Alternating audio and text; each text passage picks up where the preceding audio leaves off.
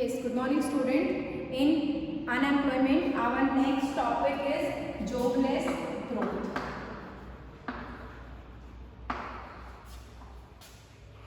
Jobless growth. हम unemployment पढ़ रहे थे इंडियन इकोनॉमिक डेवलपमेंट में. हमारा जो नेक्स्ट टॉपिक है वो क्या है? Jobless growth. Jobless growth name आपका सजेस्ट कर रहा है. जॉबलेस मीन्स जहाँ पे जॉब ना हो और ग्रोथ मीन्स ग्रोथ होती रहे. तो जॉबलेस ग्रोथ मीन्स कि व्हेन जीडीपी ग्रोथ फास्ट, जो जीडीपी है उसकी ग्रोथ बहुत तेजी से हो रही है without giving any employment opportunities to the people. जब गवर्नमेंट या कोई भी इकोनॉमी उसमें जीडीपी की ग्रोथ तो होती रहे, इट मीन्स कि जो जीडीपी का लेवल है, जीडीपी ग्रोथ फास्ट, जीडीपी की जो ग्रोथ है वो बहुत फास्ट हो रही है. GDP growth is faster but know employment opportunities, know employment opportunities provide to people. Clear? This is your jobless growth. Jobless growth means कि लेबर इंटेंसिव टेक्निक को अडॉप्ट ना करते हुए कोई भी ऐसी इकोनॉमी जिसमें अभी भी अनएम्प्लॉयमेंट है, अभी भी बेरोजगारी है, जब वो कैपिटल इंटेंसिव टेक्निक को अडॉप्ट कर लेती है. तो कैपिटल इंटेंसिव का मतलब क्या है कि महंगी टेक्निक्स को यूज करो, ऐसी टेक्निक्स को जो ऑटोमेटिक हो, जो लेबर कॉस्ट को बचाए. तो जब हम उस टेक्निक को यूज करते हैं तो उस टेक्निक से हमारा जो जीडीपी है वो तो ग्रो होता है, वो तो बहुत तेजी से बढ़ता है क्योंकि टेक्निक हमारी कैपिटल इंटेंसिव है. बट वहाँ पे जो लोग हैं उनको एम्प्लॉयमेंट अपॉर्चुनिटीज नहीं दी जाती है. तो अगर एम्प्लॉयमेंट अपॉर्चुनिटीज नहीं दी गई लोगों को तो इसका रीजन, इसका कॉज या इसका जो रिजल्ट है वो सामने क्या आएगा? अनएम्प्लॉयमेंट आएगा. इकोनॉमी में क्या हो जाएगी? बेरोजगार बढ़ जाएगी. तो जो जॉबलेस ग्रोथ है, जॉबलेस ग्रोथ सिर्फ उन्हीं इकोनॉमीज के लिए बेस्ट होती है जिसमें फुल डेवलपमेंट हो चुका है. इट मीन जिसमें जो अनएम्प्लॉयमेंट रेशियो वो बिल्कुल जीरो है, कोई भी पर्सन जो है वो बेरोजगार नहीं है. तो जब ऐसी इकोनॉमी में हम जाते हैं तो वहाँ पे वो जॉबलेस ग्रोथ को अडॉप्ट कर सकते हैं क्योंकि उनका जो मेन पर्पज है वो हमारी किसी भी तरह से अनएम्प्लॉयमेंट को रिमूव करना नहीं होता, सिर्फ क्या होता है? जीडीपी को बढ़ाना होता है. तो वो ऐसी टेक्निक का यूज करते हैं जो सिर्फ जीडीपी को इंक्रीज करता है, उसमें एम्प्लॉयमेंट पे कोई भी फोकस नहीं किया जाता है. सो जॉबलेस ग्रोथ क्या होता है? जॉबलेस ग्रोथ मीन्स एक ऐसी ग्रोथ जिसमें जीडीपी को तो फास्टली बढ़ाया जाता है. जो कोशिश होती है क्या होती है कि जीडीपी को रैपिडली इंक्रीज किया जाए without giving employment to the public, public को बिना एम्प्लॉयमेंट प्रोवाइड कराए हुए. और जॉबलेस ग्रोथ से हमेशा अनएम्प्लॉयमेंट की सिचुएशन सामने आती है. और ये जो कंडीशन होती है, ये जो पॉलिसी होती है, ये बहुत हार्मफुल होती है ऐसी इकोनॉमीज के लिए जिनमें पहले से ही अनएम्प्लॉयमेंट है या अनएम्प्लॉयमेंट कुछ परसेंट वहाँ पे एग्जिस्ट कर रहा है. This is your jobless growth. Now next topic is, अगर हम अगले टॉपिक की बात करते हैं, next topic is casualisation. Casualisation and informalisation. Casualisation and informalisation. Yes, casualisation और इनफॉर्मलाइजेशन की अगर हम बात करते हैं, हमने टाइप्स ऑफ वर्कर्स में जब हमने हायर्ड वर्कर्स को पढ़ा था तो हायर्ड वर्कर्स में मैंने दो टाइप के वर्कर्स आपसे बताए थे and these two types are casual workers and regular workers. Casual workers कौन से थे? कैजुअल वर्कर्स हमारे वो वर्कर्स होते हैं जो टेम्परेरी वर्कर्स होते हैं, जिनमें फिक्सेशन ऑफ वर्क या जॉब सिक्योरिटीज नहीं होती है. जबकि रेगुलर वर्कर जो परमानेंट वर्कर्स होते हैं.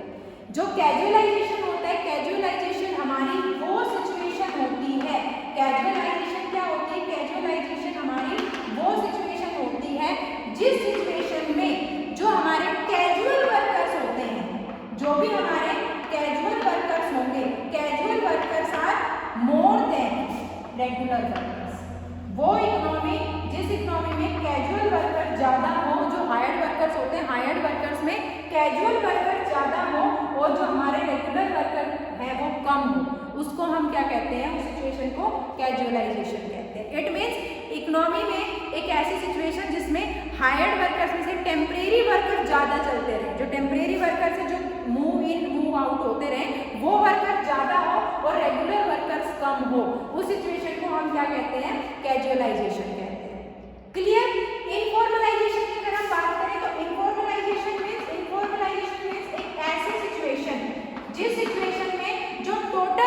वर्कफोर्स है, टोटल वर्कफोर्स 40 करोड़ लोग जो हम बता रहे हैं, एग्जाम्पल में ले रहे हैं, तो टोटल वर्कफोर्स का जो ज्यादा साइज होता है वो कहाँ पे होता है, इनफॉर्मल सेक्टर में होता है। क्लियर?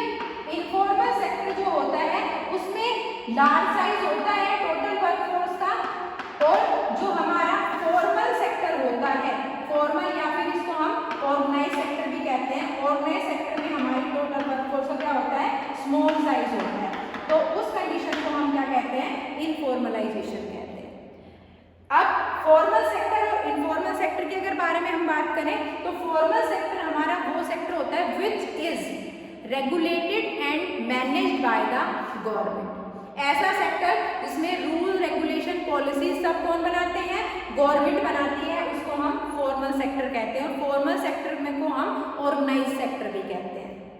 इस सेक्टर में हमारी पूरी तरह से जॉब सिक्योरिटीज होती हैं और जॉब से रिगार्डिंग जो भी एक्स्ट्रा बेनिफिट्स होते हैं, मैंने पहले भी आपको बताया, पेंशन है, हाउस रेंट अलाउंस है, ट्रांसपोर्ट अलाउंस है, ग्रेजुइटी है, प्रोविडेंट फंड है, पेड लीव है, वो सारे बेनिफिट्स हमारे फॉर्मल सेक्टर में अपने एम्प्लॉइज को जो एम्प्लॉयर होता है वो प्रोवाइड कराता है।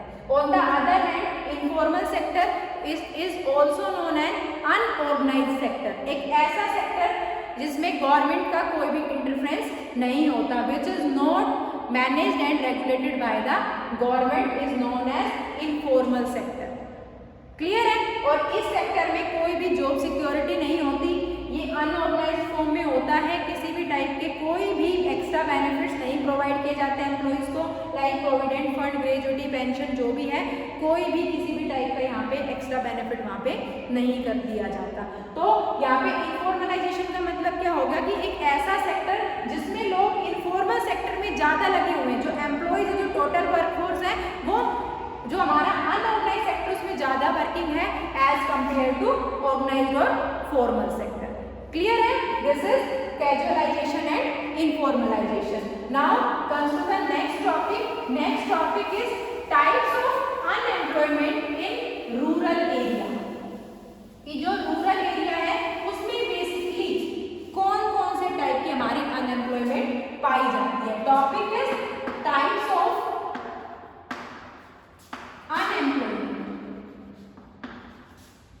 Types of unemployment in rural area. यहाँ पे हम इंडियन इकोनॉमी के बारे में बात कर रहे हैं और टॉपिक क्या है हमारा, types of unemployment in rural area. जब हम रूरल एरिया की बात करते हैं तो रूरल एरिया में जनरली टू टाइप्स के अनएम्प्लॉयमेंट हमें देखने को मिलती है and these two types are, first one is disguised unemployment, disguised unemployment, and second one is your seasonal unemployment। जो रूरल एरियाज होते हैं, रूरल एरियाज में जनरली टू टाइप्स के अनएम्प्लॉयमेंट हमें देखने को मिलती है। First one is your disguised unemployment and second one is your seasonal unemployment. जो डिस्गाइज्ड अनएम्प्लॉयमेंट होती है उसके बारे में हम बात करते हैं। डिस्गाइज्ड अनएम्प्लॉयमेंट में छिपी हुई बेरोजगारी। छिपी हुई बेरोजगारी मतलब कि इसमें पर्सन हमें वर्किंग तो दिखाई देगा, बट अगर उसको उस काम से हटा दिया जाए तो उसका जो प्रोडक्शन वहाँ पे होने वाला है उस पर कोई भी इफेक्ट नहीं पड़ता। तो उस अनएम्प्लॉयमेंट को हम क्या कहते हैं, डिस्गाइज्ड अनएम्प्लॉयमेंट कहते हैं। लाइक एक्स्ट्रा लेबर्स का लग जाना, किसी भी एक काम में जब एक्स्ट्रा लेबर आके लग जाते हैं तो जो एक्स्ट्रा लेबर्स वहाँ पे लगे हुए हैं तो जब हमें वो काम करते हुए तो सारे दिख रहे हैं, बट अगर उन एक्स्ट्रा को हटा के किसी दूसरी जगह भी शिफ्ट कर दिया जाए तो प्रोडक्शन पे कोई भी इफेक्ट नहीं आएगा। तो जो भी एक्स्ट्रा वर्कर्स वहाँ लगे हुए हैं वो सारे क्या है, डिस्गाइज्ड अनएम्प्लॉयड है। लाइक अगर हम एग्जांपल लेते हैं, अगर हम किसी भी फील्ड की बात करते हैं तो जो एक फील्ड है, ठीक है, किसी भी एक फील्ड की बात करते हैं, 1 हेक्टेयर ऑफ लैंड की बात करते हैं। 1 हेक्टेयर जो लैंड है उसमें जनरली काम करने के लिए 5 वर्कर्स की रिक्वायरमेंट होती है। क्लियर है? 5 वर्कर्स की रिक्वायरमेंट होती है और जब ये 5 लोग वहाँ पे काम करते हैं तो जो वहाँ से जो प्रोडक्शन होता है वो 100 टन का होता है। कितने का होता है? 100 टन का होता है। बट होता क्या है कंडीशन में कि उसी 1 हेक्टेयर ऑफ लैंड जो है, उस हेक्टेयर ऑफ लैंड में 8 वर्कर्स आके काम करने लगते हैं। अब 8 वर्कर्स आके काम कर रहे हैं तो भी वहाँ पे जो प्रोडक्शन 100 टन का होना है। अब देखिए यहाँ पे जो एक्स्ट्रा लेबर है, एक्स्ट्रा वर्कर है, कितने हैं 3। अगर हम यहाँ से इन 3 एक्स्ट्रा वर्कर्स को निकाल दें, इनको हम हटा के कहीं और लगा दें, तो भी हमारा जो प्रोडक्शन है कितना होना है 100 टन ही होना है। तो ये जो 3 वर्कर्स हमारे यहाँ पे हैं, ये हमें खेत में काम करते हुए तो नजर आ रहे हैं, काम करते हुए तो हमें वो दिख रहे हैं, बट अगर उनको वहां से हटा के किसी दूसरी जगह पे पुट कर दिया जाए तो भी प्रोडक्शन में कोई भी डिफेक्ट नहीं होना है, प्रोडक्शन हमारा सेम होना है। तो ये जो 3 लोग हैं वो वहाँ पे एम्प्लॉयड नहीं है, वो क्या है अनएम्प्लॉयड है। और इस टाइप की जो अनएम्प्लॉयमेंट होती है उसको हम क्या नाम देते हैं, डिस्गाइज्ड अनएम्प्लॉयमेंट का नाम देते हैं। किसका नाम देते हैं, डिस्गाइज्ड। ऐसी अनएम्प्लॉयमेंट जो है तो सही, एग्जिस्ट तो कर रही है वहाँ पे, बट हमें वो दिखाई नहीं दे रही, क्योंकि काम तो 8 के 8 कर रहे हैं, हमारे लिए तो 8 के 8 वहाँ पे क्या है एम्प्लॉयड है, बट 3 वर्कर वहाँ पे जो एक्स्ट्रा है उनको अगर हम देखें तो उनका वहाँ कोई काम नहीं है, वो वहाँ वर्किंग होकर कुछ बढ़ा नहीं रहे हैं प्रोडक्शन को, वो सिर्फ वहाँ पे अपने काम करते दिख रहे। तो ऐसी अनएम्प्लॉयमेंट को हम क्या कहते हैं, डिस्गाइज्ड अनएम्प्लॉयमेंट कहते हैं। ऑन द अदर हैंड अगर हम सीजनल अनएम्प्लॉयमेंट की बात करें, नाम से जिसका है सीजनल, यानी कि सीजन के अकॉर्डिंग। इसमें क्या होता है, जब सीजन होता है तो काम होता है, और सीजन जब ओवर हो जाता है तो काम खत्म हो जाता है। लाइक हम बात करते हैं आइसक्रीम सेलर के बारे में। आप जब हम समर की बात करते हैं, समर में आइसक्रीम की डिमांड बहुत ज़्यादा होती है, तो उस कंडीशन में लोगों के पास काम होता है, जो आइसक्रीम सेलर्स होते हैं वो काम करते रहते हैं। बट जैसे ही हम विंटर्स की बात करते हैं, विंटर में नहीं आइसक्रीम की डिमांड होती, तो वो उस टाइम पे क्या होते हैं, अनएम्प्लॉयड होते हैं। तो इस टाइप की जो अनएम्प्लॉयमेंट होती है उसको हम क्या कहते हैं, सीजनल अनएम्प्लॉयमेंट कहते हैं। अगर हम रूरल एरियाज की बात करते हैं, तो अगर हम फार्मिंग की बात करते हैं, तो फार्मिंग में जैसे ही पूरे साल 2 या 3 जो क्रॉप्स होती हैं उनकी फार्मिंग की जाती है, तो डिफरेंस होता है सबकी टाइमिंग में, कि जैसे ही हमने एक फार्मिंग को हार्वेस्टिंग में डाला तो 2-3 महीने का टाइम आता है बीच में, तब हम दूसरे के जो बीज है उसको स्नोइंग करेंगे, उनको तब बीज उगाएंगे। तो जो वो बीज के 2-3 महीने हैं, उस कंडीशन में जो फार्मर्स होते हैं वो क्या होते हैं, जॉबलेस होते हैं, फार्मर्स के पास कोई भी काम नहीं होता है। तो उन जो 2-3 महीनों का टाइम होता है उसमें जो भी अनएम्प्लॉयमेंट हम देखते हैं उसको हम क्या कहते हैं, सीजनल अनएम्प्लॉयमेंट कहते हैं। Clear, these are the 2 types of unemployment which are mainly shows in rural area, जो हम जनरली देखते हैं हमारे रूरल एरियाज में। Now comes to the next topic. Next topic is types of unemployment. Types of unemployment in urban area.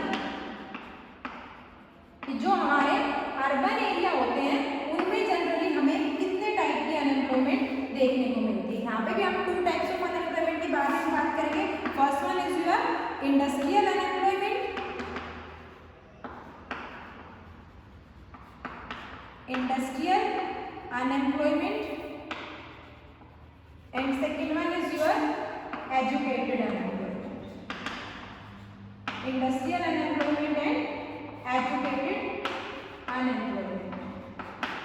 Clear, this is the main 2 types of unemployment in urban areas. Let's start with industrial unemployment. Industrial unemployment means कि ऐसे लोगों के unemployment का ratio जो industries में काम करना चाहता है, माइनिंग में काम करना चाहता है, या ट्रांसपोर्ट जो भी इंडस्ट्री उसमें काम करना चाहता है, तो ऐसे लोग जब किसी भी कंपनी में जो काम करना चाहते हैं, इंडस्ट्री में काम करना चाहते हैं, उनको इंडस्ट्री में काम नहीं मिलता है, तो उस अनएम्प्लॉयमेंट को हम क्या कहते हैं, इंडस्ट्रियल अनएम्प्लॉयमेंट कहते हैं। On the other hand educated unemployment. Educated unemployment का मतलब क्या है कि पर्सन कंप्लीटली एजुकेटेड है, बट जब उसको उसकी एजुकेशन के अकॉर्डिंग जॉब नहीं मिलती है तो वो क्या करता है, वो जॉब नहीं करता और वो क्या हो जाता है, बेरोजगार हो जाता है। लाइक कोई भी पर्सन है जिसकी जो एजुकेशन का लेवल है वो इंजीनियर है, वो इंजीनियर है, उसने इंजीनियरिंग पास आउट किया है, और जब वो किसी भी इंडस्ट्री में जाता है, किसी भी कंपनी में जाता है फॉर द जॉब पर्पस, तो जो उसके एम्प्लॉयर होते हैं वो उसको कहते हैं कि आप यहाँ पे हमारी जो भी गाड़ी है आप उसको ड्राइव कर लो, आप ड्राइवर बन जाओ। तो क्या एक इंजीनियर उस ड्राइविंग की जॉब को एक्सेप्ट करेगा? नहीं करेगा। तो उस कंडीशन में जब वो जितने भी दिन बेरोजगार रहेगा, जितने भी दिन वो अनएम्प्लॉयड रहेगा, उसको हम क्या कहते हैं, एजुकेटेड अनएम्प्लॉयमेंट कहते हैं। क्लियर, 4 टाइप के हमने अनएम्प्लॉयमेंट के बारे में पढ़ा। रूरल एरिया में disguised unemployment and seasonal unemployment, and on the other hand urban area में industrial unemployment and educated unemployment. Now comes to the next topic. Next topic is some common types of unemployment.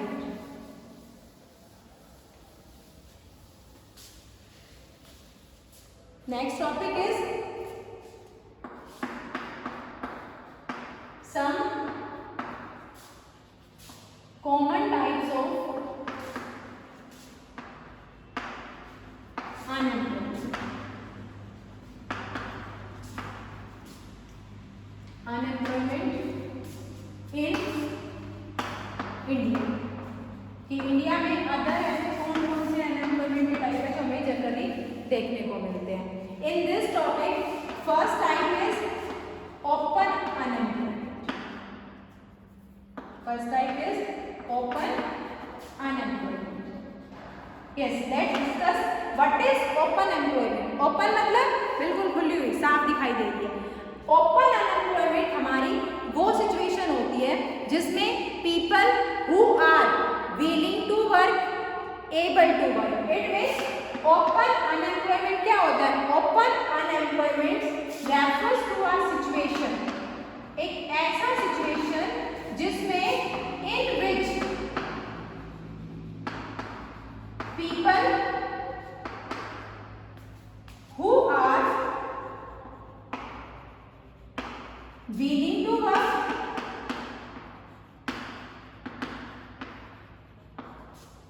able to work,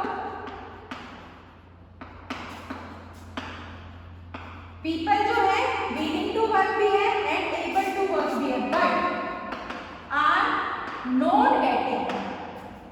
but not getting any work or job. Not getting any work or job is known as open unemployment. एक ऐसा unemployment जिसमें वो सारे लोग जो willing to work है, जो able to work है, willing to work भी है और able to work भी है, बट उनको कहीं भी काम नहीं मिलता है. ऐसे जो लोग होते हैं उनको किसमें इंक्लूड करते हैं?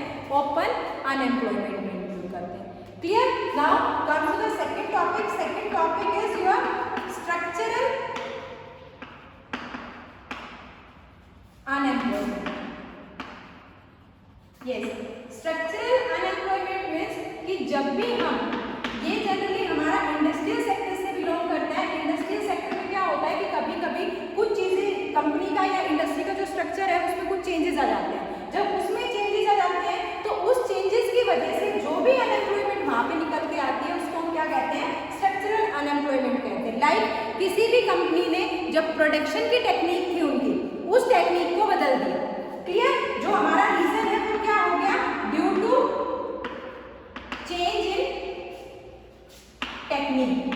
जैसे ही कंपनी टेक्निक को चेंज करती है तो टेक्निक के चेंज होते ही जो पुराने टेक्नीशियन थे, जो उनके पुराने टेक्नोलॉजी को यूज करने वाले थे, उनको वो न्यू वाली यूज करनी नहीं आ रही है, उनको नहीं आता, वो अवेयर नहीं है उसके बारे में. तो उसमें क्या होगा कि कंपनी अपने टेक्नीशियंस को रिप्लेस करेगी. तो उस टाइम पे जिनको काम से हटाया जाएगा, जो भी पुराने हमारे टेक्नीशियन होंगे वो किसमें इंक्लूड होंगे? हमारे स्ट्रक्चरल अनएम्प्लॉयमेंट में इंक्लूड होंगे.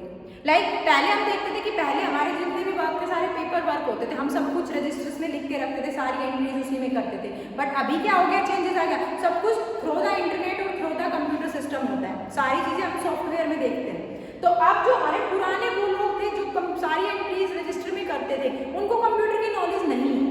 कंप्यूटर की या तो कंडीशन दो है, या तो आप ट्रेनिंग प्रोवाइड करो या फिर आप अपने एम्प्लॉइज को ही बदल दो. तो अगर जो इंडस्ट्री है वो अगर ट्रेनिंग को एक्सेप्ट करती है तो ट्रेनिंग क्या होता है? ट्रेनिंग एक कॉस्टली प्रोसेस होता है. कॉस्टली भी होगा एज वेल एज उस टाइम पे प्रोडक्शन को भी डाउन में रखना पड़ेगा, तो कंपनी को लॉस होगा. तो ऐसा करने की बजाय कंपनी क्या करती है? फ्रेश ब्लड को ले लेती है, रिक्रूट कर लेती है. तो उसमें जो पुराने हमारे वर्कर्स होते हैं जिनको काम नहीं आता उनको हटा दिया जाता है. तो जो वो अनएम्प्लॉयमेंट हमारे सामने आती है उसको हम क्या कहते हैं? स्ट्रक्चरल अनएम्प्लॉयमेंट कहते हैं. क्या कहते हैं? स्ट्रक्चरल अनएम्प्लॉयमेंट कहते हैं. जो स्ट्रक्चरल अनएम्प्लॉयमेंट होती है वो एक तरह से सीजनल होती है, फुल टाइम के लिए नहीं होती. जबकि जो ओपन अनएम्प्लॉयमेंट होती है, ओपन अनएम्प्लॉयमेंट हमेशा क्या होती है? फुल टाइम होती है. इट मीन्स कि साल के पूरे जो 12 मंथ्स होते हैं उसमें उन लोगों को काम नहीं मिलता है. जबकि जो स्ट्रक्चरल होती है वो हमारी कुछ टाइम के लिए हो सकता है थोड़ी दिन बाद वो चीज़ें वो सीख ले और दोबारा से वो रिक्रूट हो जाए या दोबारा से किसी अदर इंडस्ट्री को ज्वाइन कर ले। Now come to the third one and third topic is under unemployment. Third topic is under unemployment. Under unemployment means unemployment की वो सिचुएशन जिसमें किसी भी पर्सन को फुल टाइम वर्क नहीं मिलता। इसमें हम उन्हीं लोगों को इंक्लूड करते हैं who are not working, who are not working for full time। It means कि जो भी हमारा एक प्रिस्क्राइब जॉब आवर्स होते हैं, लाइक हम जॉब के बारे में बात करते हैं, हम 8 आवर्स की जॉब के बारे में बात करते हैं। जनरली जॉब के लिए कितने आवर्स फिक्स किए गए हैं? 8 आवर्स फिक्स किए गए हैं। जब किसी पर्सन को 8 घंटे काम नहीं मिलता है या फुल टाइम काम नहीं मिलता है तो उसको हम क्या नाम देते हैं? अंडर एम्प्लॉयमेंट का नाम देते हैं। यहाँ पे हम दो कैटेगरीज में इसको डिवाइड करते हैं। जनरली हम यहाँ पे दो तरह के अनएम्प्लॉयड की बात करते हैं। एक ऐसे होते हैं जिनको एक वीक में, जब किसी को एक वीक में सिर्फ 28 आवर्स तक वर्क मिलता है, एक वीक में 28 आवर्स तक वर्क मिलता है तो उसको हम किसमें इंक्लूड करते हैं? Extremely unemployed. क्या कहते हैं उसको? Extremely unemployed. जब किसी भी पर्सन को एक वीक में बस 28 घंटे का ही काम मिलता है तो वो क्या होता है? हमारा एक्सट्रीमली अनएम्प्लॉयड। और जब किसी पर्सन को एक वीक में विद इन 1 वीक जब किसी पर्सन को 29 to 42 आवर्स का काम मिलता है तो उसको हम क्या कहते हैं? लिमिटेड अनएम्प्लॉयड कहते हैं। क्या कहते हैं? लिमिटेड अनएम्प्लॉयड का नाम देते हैं। क्लियर है? This is your extremely unemployed and limited unemployed. Extremely कौन होते हैं? जिनको एक वीक में 28 घंटे या उससे कम का काम मिलता है, वो एक्सट्रीमली अनएम्प्लॉयड होते हैं। और जब किसी पर्सन को एक वीक में 29 to 42 आवर्स वर्क मिलता है तो उसको हम क्या कहते हैं? लिमिटेड अनएम्प्लॉयड कहते हैं। जो अंडर एम्प्लॉयमेंट होता है वो हमारा जनरली 2 टाइप का होता है। एक होता है विजिबल और एक होता है इनविजिबल। 2 टाइप का हम यहाँ पे अंडर एम्प्लॉयड की बात करते हैं, विजिबल और इनविजिबल। विजिबल कौन से होते हैं? जिनको काम तो मिलता है बट फुल टाइम के लिए काम नहीं मिलता। लाइक अभी हमने 8 घंटे के बारे में बात की, काम तो 8 घंटे होते हैं जनरली बट उसको कितने के लिए मिलता है? 4 घंटे के लिए मिलता है तो उसको हम क्या कहेंगे? विजिबल अंडर एम्प्लॉयड कहेंगे। क्या कहेंगे? विजिबल अंडर एम्प्लॉयड कहेंगे। और इनविजिबल अंडर एम्प्लॉयड वो पर्सन जिसको उसकी क्वालिफिकेशन के अकॉर्डिंग काम नहीं मिलता है उसको हम क्या कहेंगे? इनविजिबल कहेंगे। लाइक कोई भी एक पर्सन है जो MA होल्डर है, ठीक है, MA होल्डर है बट उसको जॉब प्रोवाइड की जाती है पियोन की, तो इस कंडीशन में वो जो हमारी अंडर एम्प्लॉयमेंट हमारे सामने आएगी उसको हम क्या कहेंगे? इनविजिबल अंडर एम्प्लॉयमेंट कहेंगे। क्लियर है?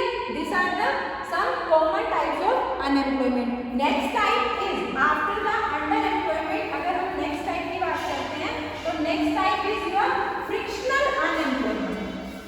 नेक्स्ट टाइप क्या आपका? Frictional unemployment. Fourth one is your frictional unemployment. Yes, frictional unemployment क्या होता है कि जब कुछ भी जो लेबर है उसकी मोबिलिटी में कोई भी चेंजमेंट आता है, उसकी लाइफ में कोई भी फ्लक्चुएशंस आते हैं तो उस फ्लक्चुएशंस की वजह से जितने भी टाइम वो अनएम्प्लॉयड रहता है, जितने भी टाइम वो बेरोजगार रहता है उसको हम क्या कहते हैं? फ्रिक्शनल अनएम्प्लॉयमेंट कहते हैं। लाइक अभी हमने स्ट्रक्चरल अनएम्प्लॉयमेंट में काम बताया था कि टेक्नोलॉजी चेंज हो गई। जैसे ही टेक्नोलॉजी चेंज की तो जो ओल्ड हमारे टेक्नीशियंस थे उनको हटा दिया गया। अब ओल्ड टेक्नीशियन हट के घर में तो बैठेंगे नहीं, उन्होंने क्या किया? उन्होंने ट्रेनिंग की, नई टेक्निक्स को शुरू किया तो उनकी लाइफ में फ्लक्चुएशन आया और कुछ टाइम के लिए उनको अनएम्प्लॉयड रहना पड़ा। तो जितने टाइम के लिए वो बीच में अनएम्प्लॉयड रहे और जितने टाइम उन्होंने ट्रेनिंग सीखी या ट्रेनिंग उन्होंने ली, उस काम को करना सीखा, उसको हम क्या कहते हैं? फ्रिक्शनल अनएम्प्लॉयमेंट कहते हैं। लाइक कोई भी बंदा है किसी दूसरी जगह पे सेटल होता है तो उसकी मोबिलिटी में, उसकी लाइफ में कुछ चेंजेस आते हैं। तो जब वो दूसरी जगह सेटल हुआ तो ऐसा तो है नहीं कि आज के दिन ही गया, घर सेट किया, जॉब पे चल दिया। उसको कुछ टाइम लगेंगे वहाँ पे सेट होने में, जॉब ढूंढने में, जॉब पे सेट होने में। तो जितने भी टाइम वो वहाँ पे अनएम्प्लॉयड रहेगा उसको हम क्या कहते हैं? फ्रिक्शनल अनएम्प्लॉयमेंट कहते हैं। और जो फ्रिक्शनल अनएम्प्लॉयमेंट है वो क्यों आता है? वो क्यों होता है? Due to change in mobility of labour. Labour की लाइफ में, लेबर की जो वर्किंग लाइफ है उसमें थोड़ा बहुत चेंज आने से जो भी अनएम्प्लॉयमेंट हमारे सामने आती है उसको हम क्या कहते हैं? फ्रिक्शनल अनएम्प्लॉयमेंट कहते हैं। क्लियर है? क्या कहेंगे उसको हम? Frictional unemployment. Now comes to the next and last type of unemployment, this is your cyclical unemployment. जो ये साइक्लिकल वर्ड है ये हमारी प्रोडक्शन साइकिल के लिए यूज हुआ है। प्रोडक्शन साइकिल के बारे में आपको सबने पता होगा कि जब भी कोई प्रोडक्ट मार्केट में लॉन्च होता है तो ये हमारा ओरिजिन पॉइंट है, यहाँ से प्रोडक्ट लॉन्च होगा मार्केट में। क्लियर है? प्रोडक्ट जैसे ही लॉन्च होगा, यहाँ से प्रोडक्शन हमारा लॉन्च हुआ तो ये जो लॉन्चिंग कंडीशन होती है इसको क्या नाम देते हैं? इंट्रोडक्शन का नाम देते हैं। किसका नाम देते हैं? इंट्रोडक्शन। यहाँ से प्रोडक्ट जो है वो भी लॉन्च हुआ है, जैसे ही प्रोडक्ट मार्केट में जाएगा फिर इसकी क्वालिटी लो हो जाएंगे तो इसकी जो डिमांड है बहुत ज़्यादा बढ़ जाएगी, एकदम से डिमांड में अप आएगा। तो जब डिमांड में अप आता है उसको हम क्या नाम देते हैं? बूम का नाम देते हैं। किसका नाम देते हैं? बूम का नाम देते हैं कि एकदम से बढ़ गया, बूम हो गया। फिर जैसे ही बूम आया तो एक हमारा जो कॉम्पिटिटर था उस कॉम्पिटिटर ने हमारे जैसे रेंज में प्रोडक्ट निकाले, उसमें और अच्छी क्वालिटीज़ है और अच्छे फीचर्स हैं, तो हमारी जो डिमांड है धीरे धीरे क्या हो जाएगी? कम हो जाएगी।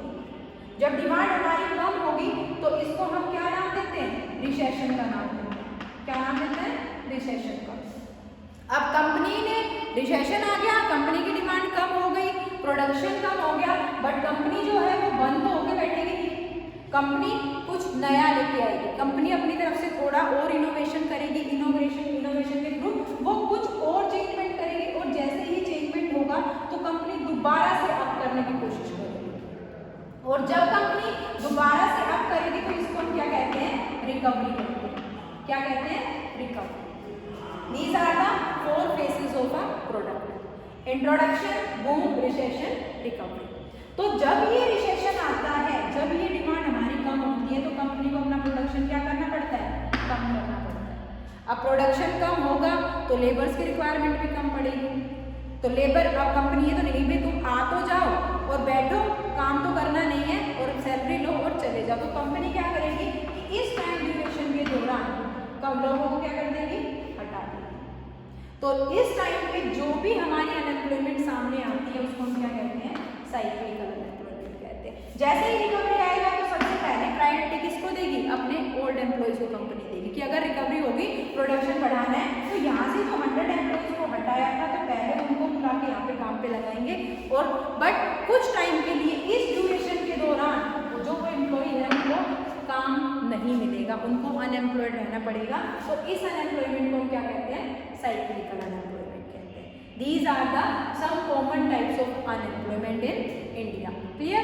We will discuss about the causes of unemployment as well as consequences of unemployment, measures to correct unemployment problem in India in our next class. Thank you so much.